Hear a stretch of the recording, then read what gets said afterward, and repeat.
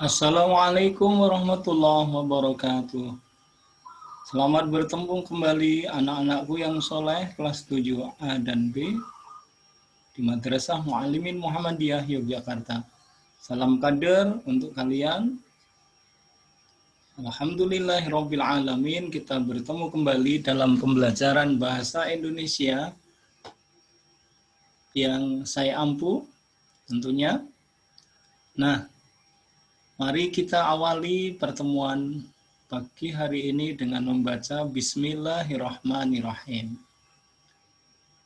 Semoga dengan Bismillahirrahmanirrahim tersebut membawa kita kepada rahmat berkah kasih sayang Allah dan ridhonya, sehingga apapun yang kita pelajari pada pagi hari ini akan membawa ilmu yang bermanfaat untuk dunia dan akhirat kita. Kalian sehat bukan? Tentunya kalau diberi kesehatan oleh Allah Subhanahu wa taala, kita harus pandai mempergunakannya untuk berbuat kebaikan, meningkatkan amal ibadah yang soleh, juga untuk memanfaatkan kita kesehatan itu untuk menjaga diri kita agar kita tetap sehat di masa-masa seperti ini. Pada pembelajaran yang lalu kita telah menelaah isi, kemudian telah mengetahui tentang struktur teks puisi rakyat maupun kebahasaannya. Kita juga dapat menyimpulkan isi dari teks puisi rakyat. Kali ini kita akan belajar menulis puisi rakyat. Ada yang sudah bisa menulis puisi rakyat? Oh, sudah ada. Alhamdulillahirabbil alamin. Sudah ada yang bisa membuat pantun, syair ataupun gurindam. Nah, kali ini kita akan mempelajari tentang menulis puisi rakyat. Tujuan pembelajaran kita adalah setelah menelaah struktur dan kebahasan puisi rakyat, maka siswa dapat menulis puisi rakyat berdasarkan jenisnya. Yang terkenal di Indonesia ada 3 jenis, yakni pantun, asli Indonesia, syair, pengaruh Arab, dan gurindam.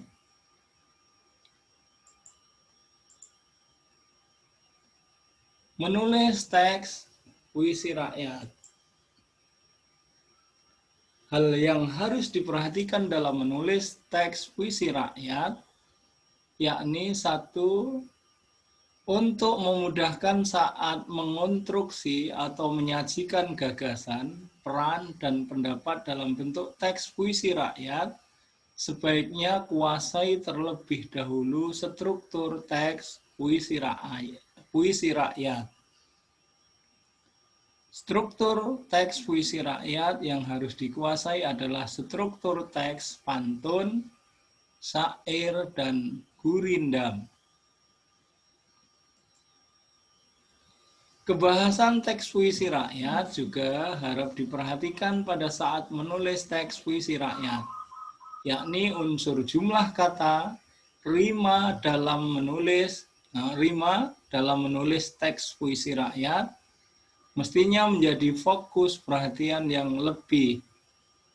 Harapannya agar siswa dapat menyajikan gagasan, perasaan, dan atau pendapat dalam bentuk teks puisi rakyat, yakni pantun, syair, dan gurindam. Anak-anakku yang soleh, kita lanjutkan.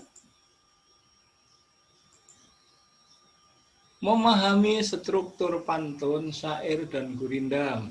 Ini saya ambilkan pantun. Pada pantun, baris pertama dan kedua berupa sampiran. Baris ketiga dan keempat berupa isi. Bersaja atau berima A, B, A, B.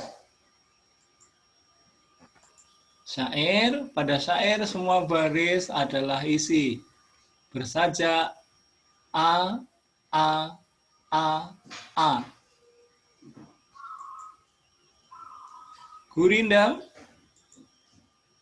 Pada gurindam, isi atau maksud gurindam terdapat pada baris kedua karena baris kedua berisi jawaban akibat dari masalah atau perjanjian pada baris pertama. Rimanya AA bisa BB, bisa CC kalau gurindamnya banyak dan berbeda. Oke, kalau gitu setelah kita memahami struktur pantun, syair, dan gurindam, serta pantun, yaitu pantun, syair, dan gurindam, maka selanjutnya kita akan melihat contoh dari pantun, syair maupun gurindam. Contoh pantun, ibu pergi membeli baju, baju dibungkus lalu dibayar. Janganlah engkau kepala batu, nasihat ibu harus didengar. 1 dan 2, baris 1 dan 2 merupakan sampiran, baris ketiga dan keempat merupakan isi. Kemudian syair, hai muda arif budiman, hasilkan kemudi dengan pedoman.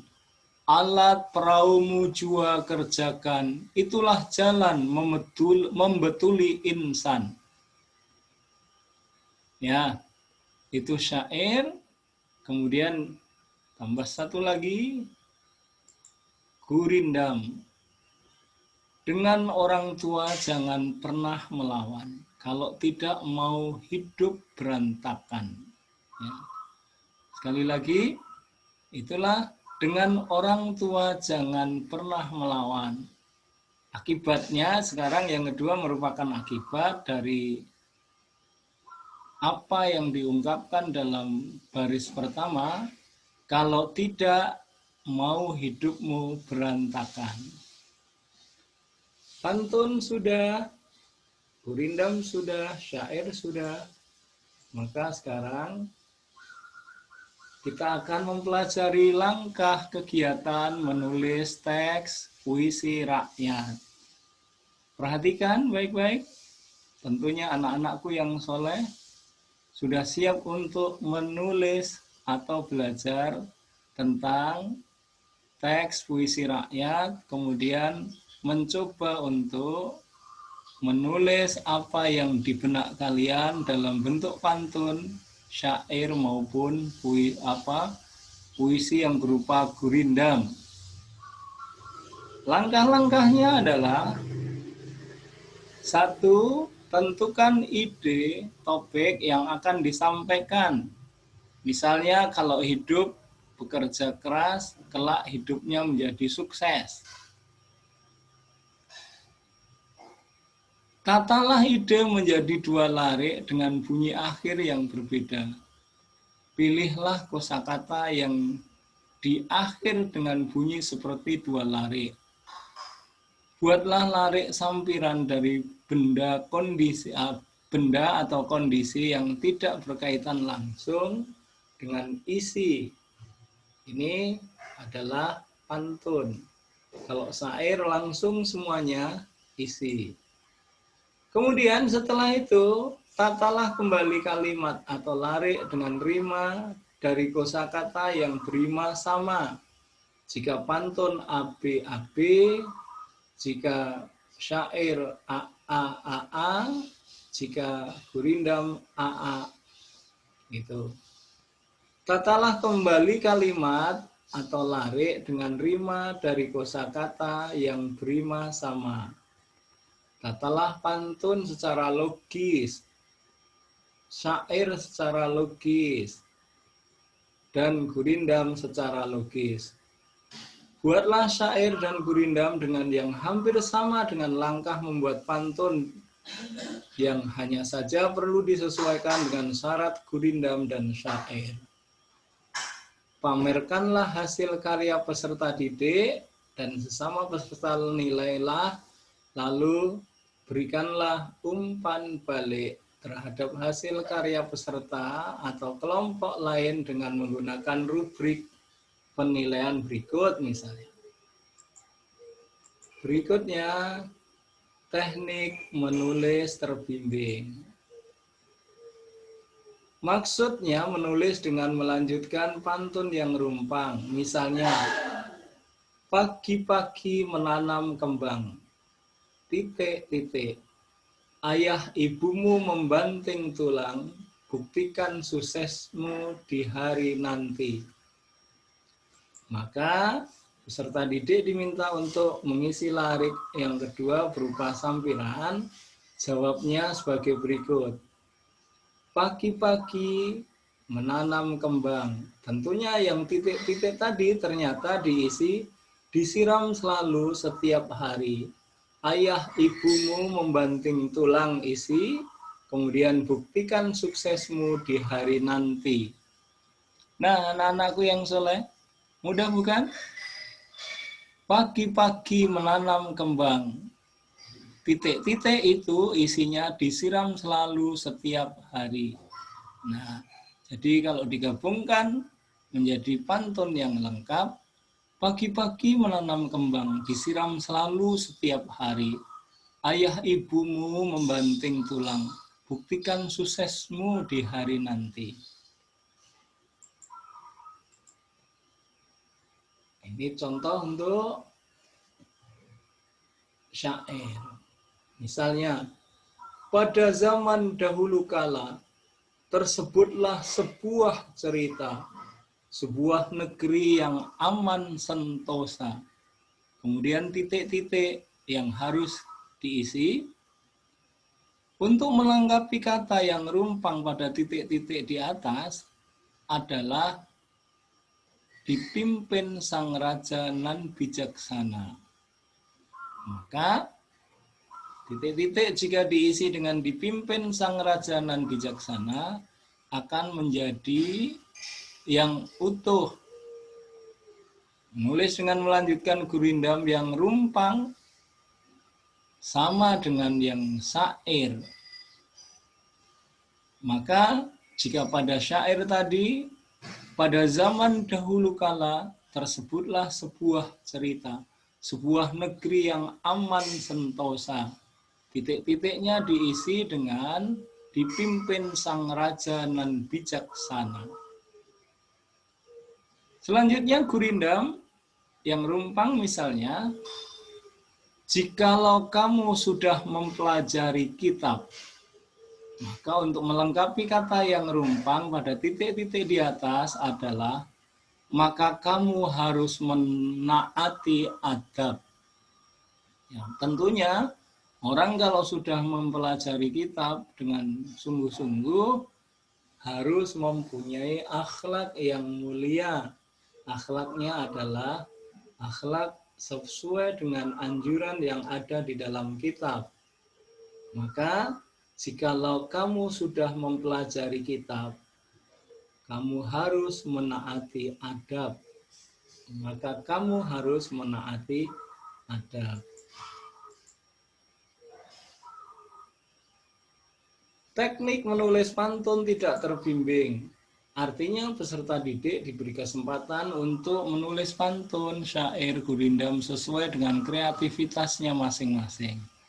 Namun, penulis pantun diberi pengarahan mengenai langkah-langkah membuat pantun, syair, dan gurindam. Langkah-langkahnya menentukan tema, buat dua baris, buat dua baris 3 dan keempat untuk isi pantun, dan seterusnya. Perhatikan suku kata akhir isi pantun, 2 baris sampiran pada pantun. Kalau syair semuanya isi, gurindam 1 pertanyaan dan 1 jawabannya, 1 sebab dan 1 akibatnya, dan seterusnya. Nah, selamat mencoba anak-anakku yang soleh. Semoga dengan nukilan yang sedikit ini kita dapat terpantik hati kita untuk belajar menulis puisi rakyat, yakni pantun, syair, dan gurindam. Selamat kepada pertemuan berikutnya. Demikian saja dari saya, kita akhiri dengan hamdalah. Jangan lupa tetap menjaga nama baik diri, orang tua, dan madrasah. Nah, tentunya kalian semua dalam keadaan lindungan Allah Subhanahu wa Ta'ala. Alhamdulillahirabbil alamin. Assalamualaikum warahmatullahi wabarakatuh.